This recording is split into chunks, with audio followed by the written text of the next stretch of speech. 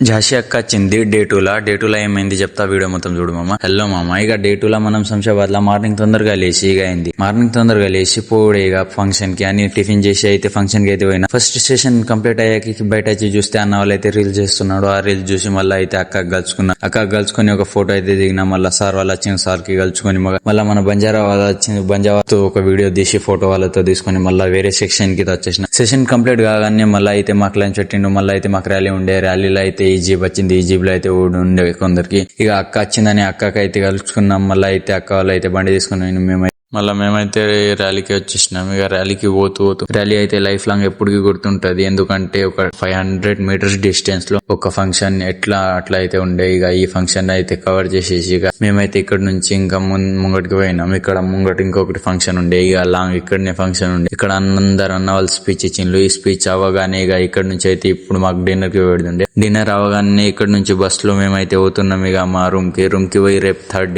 Day లో ఏమైతే చెప్తా. ఫాలో కొట్టుకోమా. బాయ్, కలుద్దాం నెక్స్ట్ బ్లాగ్ లా.